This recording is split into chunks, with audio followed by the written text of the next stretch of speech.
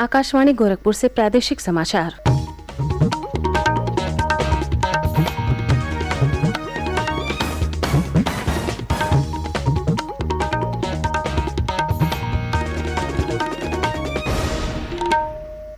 नमस्कार। समाचार बुलेटिन के साथ मैं सोनी निगम। पहले मुख्य समाचार। मुख्यमंत्री योगी आदित्यनाथ ने राष्ट्रीय वृद्धावस्था पेंशन योजना के 55 लाख से अधिक लाभार्थियों को 836 करोड़ रुपए से अधिक की धनराशि ऑनलाइन हस्तांतरित की। कहा, प्रदेश सरकार जनहित की योजनाओं को पूरी प्रतिबद्धता के साथ लागू कर रही है। प्रदेश मंत्रिपरिषद की बैठक में ललितपुर में हवाई अड्डे के निर्माण समेत कई अन्य महत्वपूर्ण निर्णय लिए गए। प्रदेश के 31 जिले कोरोना संक्रमण से मुक्त हुए। एक दिन पूर्व 64 जिलों में संक्रमण का एक भी नया मामला नहीं मिला। और पूर्वी उत्तर प्रदेश में बाढ़ की स्थिति बनी हुई है। मुख्यमंत्री ने बाढ़ प्रभावित जिलों के लिए नोडल अधिकारी तैनात करने के दिए निर्देश।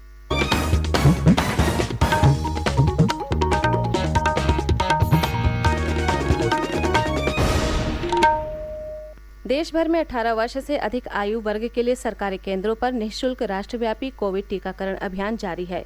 युवाओं से आग्रह है कि कोविड से बचाव का टीका लगवाएं और अन्य लोगों को भी इसके लिए प्रोत्साहित करें। जब तक जरूरी ना हो घर से बाहर ना निकलें और सुरक्षा के 3 सरल उपायों का पालन करें।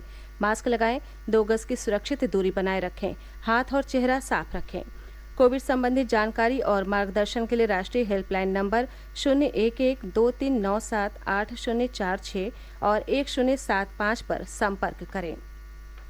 स्वतंत्रता के 75 वर्ष पूरे होने के उपलक्ष्य में आज़ादी का अमृत महोत्सव के अंतर्गत सरकार अनेक गतिविधियों का आयोजन कर रही है। इसी क्रम में प्रादेशिक समाचार एकांश आकाशवाणी गोरखपुर ने विशेष प्रश्नोत्तरी कार्यक्रम शुरू किया है। इसके तहत हर सप्ताह बृहस्पतिवार को प्रादेशिक समाचार बुलेटिन में श्रोताओं से देश के स्वाधीनता संग्राम और उसके गौरवशाली इतिहास पर एक प्रश्न पूछा जाता है। कल के क्विज में हमारा प्रश्न था, स्वतंत्रता संग्राम की प्रसिद्ध पंक्तियां सरफरोशी की तमन्ना अब हमारे दिल में है, देखना है जोर कितना बाजुए कातिल में है, किसने लिखी थी? सही जवाब है राम प्रसाद बिस्मिल ने। इस प्रश्न का सबसे पहले सही उत्तर भेजा है बलरामपुर के प्रज्वल कसेरा ने। समस्त आकाशवाणी परिवार की ओर से प्रज्वल कसेरा को बहुत बहुत बधाई। मेरा नाम प्रज्वल कसेरा है और मैं उत्तर प्रदेश बलरामपुर का निवासी हूँ। और आजादी का अमृत महोत्सव प्रतियोगिता सरकार द्वारा संचालित एक बहुत अच्छी प्रतियोगिता है जो हमारे युवाओं को आजादी के अपने सफर को याद करने के लिए एक नई प्रेरणा देगी। और जिस तरह हम लोगों ने अपने आजादी के सफर में अपना योगदान दिया था उसको आगे की जनरेशन में भी वो ट्रांसफर करेगी। और आजादी के अमृत महोत्सव प्रश्नोत्तरी क्विज प्रतियोगिता में राम प्रसाद बिस्मिल के बारे में पूछा गया था, जिन्होंने सरफरोशी की तमन्ना अब हमारे दिल में है का नारा दिया था। और ये नारा आज भी उतना ही रेलेवेंट है जितना ही पिछले समय में था, क्योंकि ये नारा हमें उसी ऊर्जा को प्रदान करता है जो आजादी को पाने के लिए दिया गया था और अब ये ऊर्जा अपने देश को बढ़ाने के लिए काम आ रहा है। अमृत महोत्सव क्विज श्रृंखला का अगला प्रश्न अगले सप्ताह बृहस्पतिवार को श्रोताओं से पूछा जाएगा। मुख्यमंत्री योगी आदित्यनाथ ने कहा है कि प्रदेश सरकार ने गरीबों के स्वावलंबन के लिए जनहित की सभी योजनाओं को केंद्र सरकार के सहयोग से पूरी प्रतिबद्धता के साथ लागू किया है। श्री योगी कल लखनऊ से राष्ट्रीय वृद्धावस्था पेंशन योजना के 55,77,000 से अधिक लाभार्थियों को 836 करोड़ रुपए से अधिक की धनराशि का ऑनलाइन हस्तांतरण करने के बाद उनसे संवाद कर रहे थे। मुख्यमंत्री ने कहा कि उन्हें इस बात की खुशी है कि वृद्धावस्था पेंशन का लाभ नए लाभार्थियों तक पहुंच रहा है। मुझे बताते हुए प्रसन्नता है कि जो नए लाभार्थी हैं जिन्हें पहली बार पेंशन की सुविधा का लाभ प्राप्त हो रहा है, इसमें 4,56,000 ऐसे नवीन लाभार्थी हैं जिनके खाते में पहली 3 तिमाही का 1,500 रुपया उनके खाते में भेजा जा रहा है। और विगत 4-4.5 वर्ष के दौरान प्रदेश सरकार ने 19,24,000 ऐसे नवीन लाभार्थियों को इस सुविधा का लाभ दिया है जिन्हें इससे पहले पेंशन की सुविधा से आच्छादित नहीं किया गया था। सरकार की कल्याणकारी योजनाओं का लाभ हर एक गरीब को, हर एक किसान को, हर एक वृद्धजन को, हर एक निराश्रित महिला को प्राप्त हो, इस सरकार की मंशा है। मुख्यमंत्री योगी आदित्यनाथ ने कहा है कि सरकार बिजली उपभोक्ताओं के हितों के संरक्षण के लिए संकल्पित है।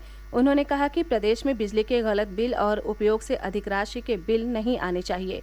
उन्होंने कहा कि किसानों, व्यापारियों और अन्य छोटे उपभोक्ताओं के बिजली बकाये के एक मुश्त समाधान के लिए जल्द ही नई योजना लाई जाए। उन्होंने विभागीय मंत्री के साथ विचार विमर्श कर एकमुश्त समाधान योजना 2 दिन के भीतर प्रस्तुत करने के निर्देश दिए हैं। मुख्यमंत्री योगी आदित्यनाथ की अध्यक्षता में कल हुई मंत्रिपरिषद की बैठक में उत्तर प्रदेश ठोस अपशिष्ट प्रबंधन संचालन एवं स्वच्छता नियमावली 2021 को मंजूरी दे दी गई। इसके तहत गंदगी फैलाने पर जुर्माने का प्रावधान किया गया है। कैबिनेट ने मेरठ से प्रयागराज तक गंगा एक्सप्रेसवे के निर्माण के लिए 4 ग्रुपों के लिए विकासकर्ताओं के चयन के संबंध में अनुमोदन प्रदान कर दिया है। इसके लिए बिडिंग की प्रक्रिया प्रारंभ करने की भी अनुमति दे दी गई है। कैबिनेट ने ललितपुर में हवाई अड्डा बनाने को भी मंजूरी दे दी है। इसके अलावा जल निगम के 1,500 कर्मचारियों का बकाया देने के लिए 700 करोड़ रुपए की धनराशि की व्यवस्था भी कर दी गई है। इसमें 500 करोड़ रुपए पंचायती राज विभाग और 200 करोड़ रुपए नगर विकास विभाग देगा।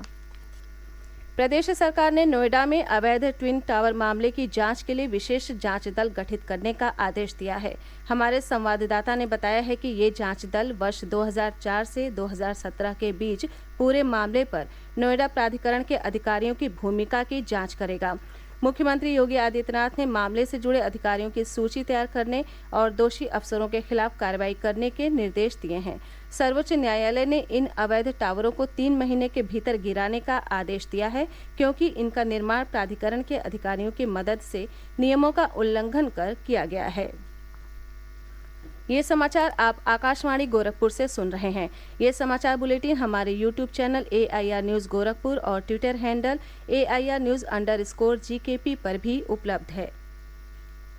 प्रदेश में एक दिन पूर्व कोरोना संक्रमण के 36 नए मामले सामने आए, जबकि इस दौरान 16 मरीज स्वस्थ हुए। राज्य में कोविड के सक्रिय मामलों की संख्या 258 है। एक दिन पूर्व 63 जिलों में संक्रमण का एक भी नया मामला नहीं मिला, जबकि 12 जिलों में मामले इकाई अंक में दर्ज हुए। 21 जिले कोरोना संक्रमण से मुक्त हो चुके हैं।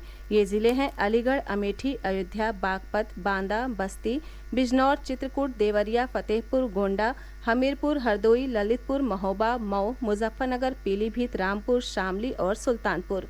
प्रदेश में एक दिन पूर्व 2,22,000 से अधिक कोविड नमूनों की जांच की गई।